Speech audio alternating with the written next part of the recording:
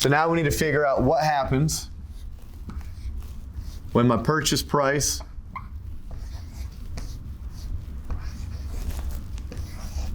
is 300 and my appraised value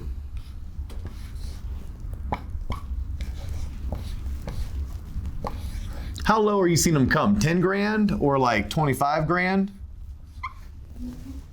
I have two right now. One contract was 330, came in at 310. I'm sorry, 530, 510. So 20,000 difference. What's that as a percentage? My math majors? Like 2.2% or something. Okay. It's pretty minor. Yeah, and I bring that up because that's a very important thing for all of us to know when we're discussing low appraisals. Sometimes you gotta get out of the dollar amount because dollar amount will freak people out. $20,000 is a lot of money, but is it really a lot of money when you're comparing it to 510,000? No, it's like 2.5%. You know, so like in your mindset, hey seller, you know, the appraisal came in 2.5% below purchase price, or hey buyer, it's 2.5% below. Break it down into something that's a little bit more consumable, because 20 grand would freak people the F out usually. Yeah, and the reason why I ask is normally that's what it is. Normally it's like 10 to 20 grand. It's 2 to 5%. Rarely is it 10% or 20%. Like that's a kind of WTF moment where you're like, wait a minute, is that a terrible appraisal? Or did this home really get bid up that much? You know, and you'll find the 10 to 20% is when a home is over improved. Right, that seller, everything they did was top of the line flooring, top of the line cabinets, top of the line hardware. Their landscaping is plush. You know, their pool is, I mean, resort style pool. But the problem is an appraiser is going to give you 10 grand for a pool because it's a pool. Pools are pools are pools. It's I always love when someone's like, but it has a new roof and a new AC. I'm like, well, homes are supposed to have roofs. And we live in Florida, we have to have AC. Technically, we don't, by the way. Technically, you need heat.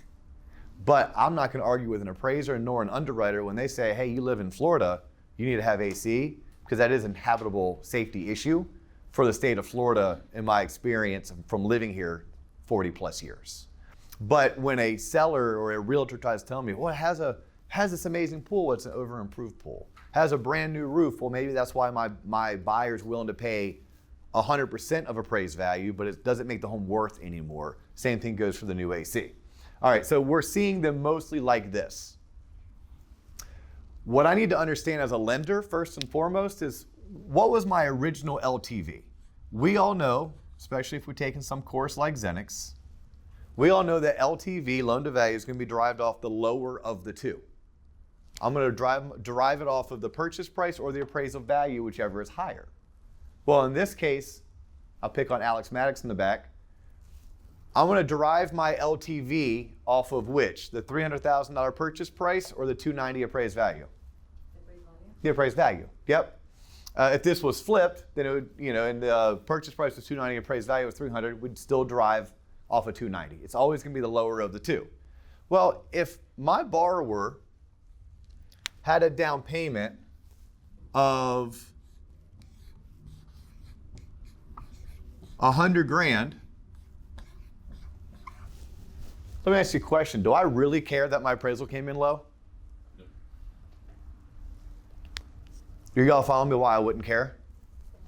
Like I asked the question in a way that I kind of gave you probably the answer. I should have asked the question a little bit differently.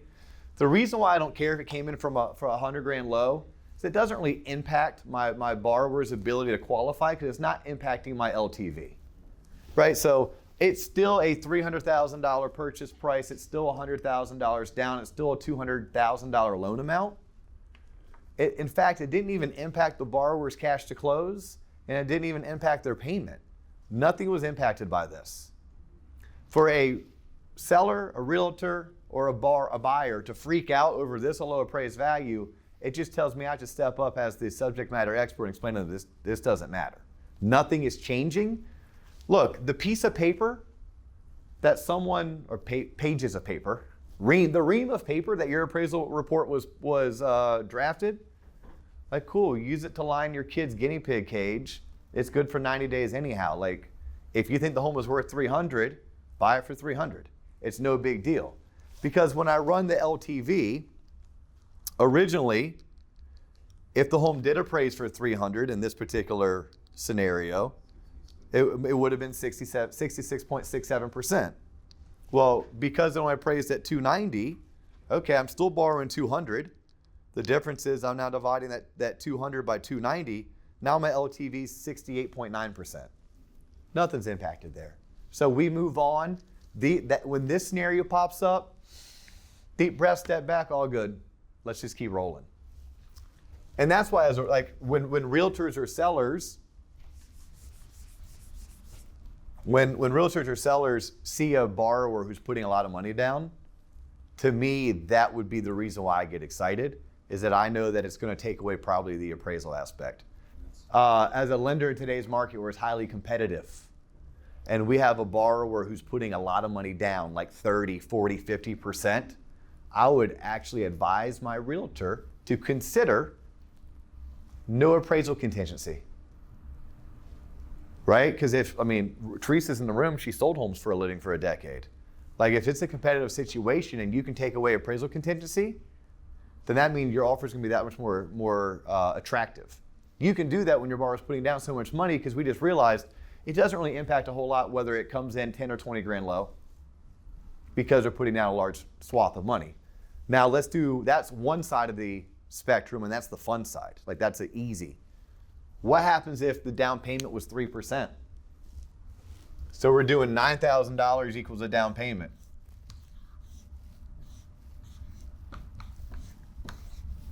I have unfortunate news for y'all. I only see this working one way and one way only.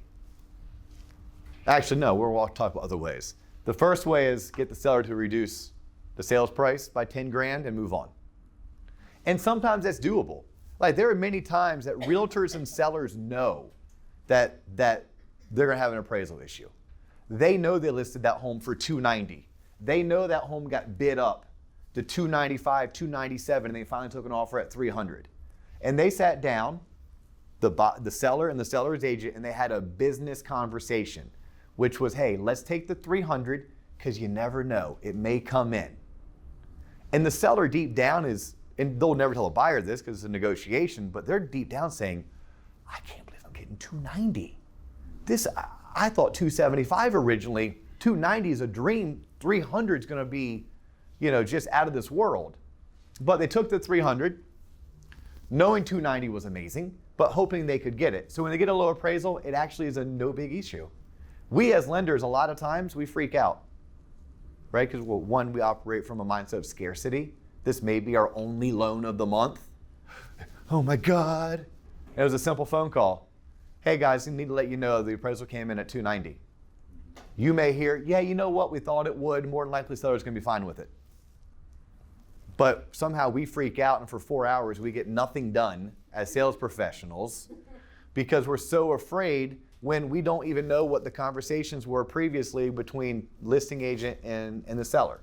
So if this happens, your first conversation is, hey, look, this happened. Pause. Let it sink in. Let them react. Let them deal with it. It may be a non-issue, then we can move on. If it is an issue, what are your alternatives? I can't imagine the person who is already putting 3% down has more money in the bank. So they're putting 3% down. I'm pretty sure they're probably going to have a veteran, because if they were, we should do a VA loan for them. Because even on a VA loan, if this came like this and they had money in the bank, they at least have enough to bridge the difference, right? Someone who has 9 grand, I'm sure, could find an extra $1,000. So they would have 10 grand. I doubt that it's in a rural area. Maybe it is in a rural area. Maybe I can flip this to some kind of a USDA loan, or potentially down payment assistance. I don't know, maybe they're over the AMI requirements, the area median income requirements. Maybe they're not first-time home buyers, but I could always check, because DPA could at least help me bridge that gap a little bit. Or maybe I'm suggesting to them, can you borrow against your 401k? Can you get a gift from mom or dad? Because if the seller's not going to budge, then 290 is now my um, what's my appraised value is how I'm deriving my loan to value. So now I need to know that this person has to put 3% down of $290, which is $8,700. By the way, kids in the room, Yes. it is, thank you, Troy. It is $8,700. It is not 8.7K. I get to do a lot with college students in terms of like mentoring them and spending time with them. And because of things like YouTube and social media, yeah, I've realized that the future of our country, these great students, yeah, they'll like, yeah, DO, that was like 1.7K. I'm like, well, it's 1,700, by the way. Like, I don't, maybe they're right and I'm wrong, but I'm just old school. So yeah, now it's like my joke. I'm like, look, if it's a 10 or higher, we can use the K. If it's less than 10, we call it hundreds. So anyhow, the down payment will be $8,700, plus they have to bridge the gap of the $10,000 difference, right? So now all of a sudden, someone who thought they were gonna have $9,000 as their down payment, if they really want this house, what the seller's telling them is they need $18,700. Where are they going to come up with that money? My suggestion is borrow against their 401k, ask mom or dad. If they can't do that, or cousin or aunt or grandparent, if they can't do that, then, yeah, we're going to have to probably cancel the contract, right? Like get a release of escrow, get their deposit back, and let them go try to find another house. That's if we have an appraisal. If you are doing a loan and you're coaching your realtors and you're working collectively as a unit like this, there's no way in hell you should ever write a contract with 3% down in today's market without an appraisal contingency, right? And by the way, if it's not the appraisal contingency, you also have a financing contingency, which is always interesting with the appraisal contingency because there's still a financing contingency involved. So we can't do a loan for somebody who doesn't have enough money, doesn't have funds to close. So I guess at the end of the day, we could process that loan application if we had to. We could deny the loan for insufficient funds to close. But you should have an appraisal contingency. But if you don't, you will have a financing contingency. And we can't do a loan for someone who doesn't have enough funds to close. And we're going to derive our loan to value based off the lower of the two, appraised value or purchase price. I love Rick's suggestion for find a way to yes. What could we do to find a way to yes? Well, how about if we did this? Premium pricing. If there's premium pricing, we could get super creative as lenders. And maybe we originally locked this person in at 4%, but at 4.5%, it's paying back 100 basis points, right? So they're going to take a higher interest rate, which I know this is some higher level stuff. But whenever you offer a consumer a higher interest rate, so let's say today's market rate was 4, we're going to offer them 4.5. Lenders and banks and aggregators tend, not always by the way, and in today's pricing stacks because of the volatility in the market, we're not seeing this, but they tend to make a lot more money on a higher interest rate. We could take that money that the bank or lender aggregator is making and give it to the consumer as a closing cost credit, right? Because this was their down payment, they still have another $7,500 in closing cost. So maybe this person in their brain had budgeted for $17,000. Well, that was all in. That was their 3% down plus closing costs. Now just their down payment is $18,700. But what if lender, borrower, and both realtors, as Rick suggested, all came together? And the realtor said, look, I'll give up half a percent of commission. Well, 0.5% on 300 is $1,500. So let's see how much money we could raise. So now the suggestion for working through a low appraisal, we're gonna start raising money. Seller won't budge, buyer really loves the house. We know the buyer needs just this much in down payment, plus they're gonna need, let's just call it $8,000 How much they have, 17? in closing cost. Let's say they have this much. Let's just say they have 19 grand. Let's say they have 19 grand. But in their mind, they had 19 grand because they only thought they were gonna need 9,000 for down payment, 7,000 or 8,000 for closing cost. So 9 plus 8 is 17. They had 19 grand, so in their mind, they're going to be able to buy this house for $300, put 3% down, walk away with $2,000 left in their bank account, because we do want our consumers having reserve assets, right? Owning a home is expensive. Things do break. But for whatever reason, now for them to buy it, it's this plus that.